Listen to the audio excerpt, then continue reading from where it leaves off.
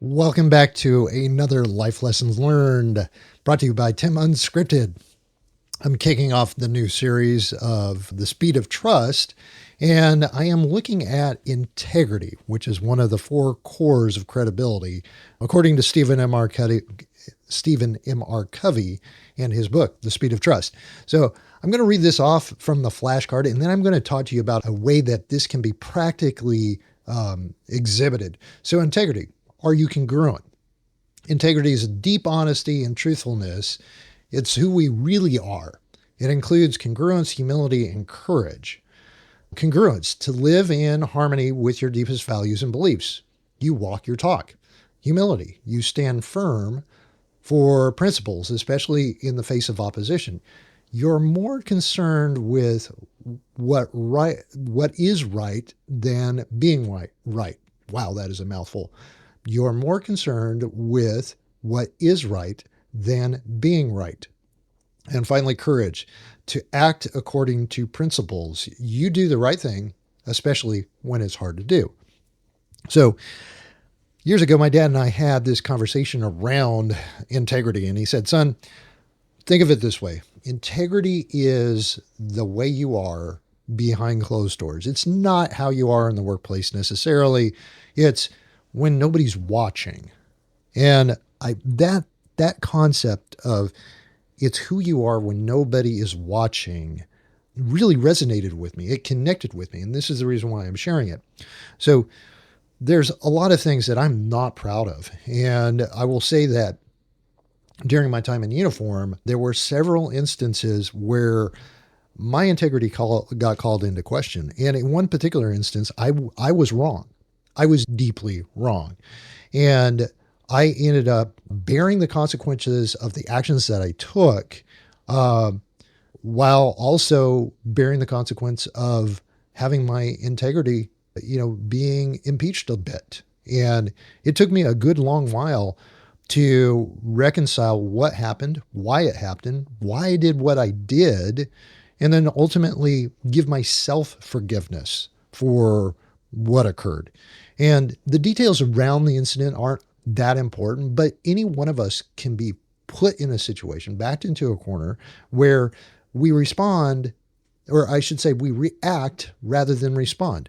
And by that, I mean when the pressure is on and say we're trying to do in a month reconciliation, and I've done this. So looking at my budget going, okay, all these line items make sense, but this thing is not, I don't think I actually committed to making that purchase, or I don't think I actually committed to bringing that contractor in under that invoice. And so I basically explain away, well, you know what, this one wasn't right. I'm dealing with it, blah, blah. In effect, I'm lying about what is actually going on behind the scenes. I am trying to justify, because I'm under pressure to close out the end of the month, why a certain decision was made. And that then, and of course, nobody's watching this, that then becomes a question around, well, Tim, do you have integrity? Are you operating in integrity? And the right response, rather than the reaction that I just demonstrated, the right response would be, I don't recall making this commitment to this contractor and this invoice showed up. I'm going to have to go back and look at the prior conversations, check the email, and make sure that if this wasn't right and didn't fit into the budget for the month, then I will work with you to take action to make sure it is right, made right. So I'm taking responsibility for my actions. I'm living into my convictions. I'm being congruent with who I am normally when I'm not under pressure. And I'm exercising humility by saying, look, you know what? I don't really remember the context of why I brought the contractor in and had the work performed. And of course, I'm standing encouraged because this is an uncomfortable example. End of month closing, the accountants are all over me as a senior manager, and I'm trying not to panic. But a month has gone by and I'm not really tracking everything that got done in a particular site, in a particular location. So that being said, integrity as a starting point really act as the roots for everything else that grows on top of it. And I like the illustration that Covey uses of an oak tree. An oak tree has deep roots. It's anchored into the soil. And when you start thinking through that visual metaphor, you understand that if those roots aren't anchored appropriately, anything, any pressure, any event, it may have the tendency of uprooting that tree.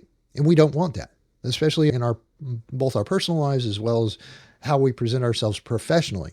In fact, there shouldn't be, and this is a whole other topic related, but not necessarily directly involved in trust, but there shouldn't be a Tim who is one way at home and a Tim who is one another way, or a bit of a variation at work.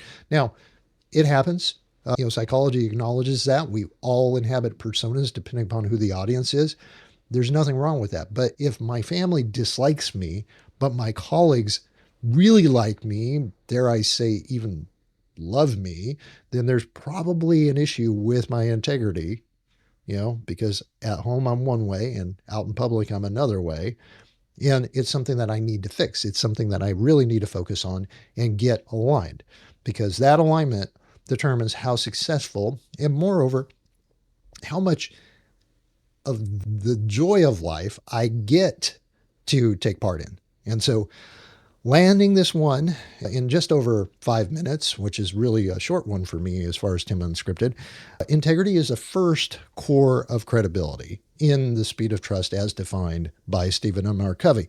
Stay tuned for more. There are three other cores of trust that I'll be covering in this. The next one is going to be intent. The third one is going to be capabilities. And the fourth one is going to be result. And then I'll shift to the 13 trust behaviors, which are related to the 4 cores of credibility. You have just concluded another episode of Life Lessons Learned, brought to you by Tim Unscripted. Look forward to seeing you on the next one.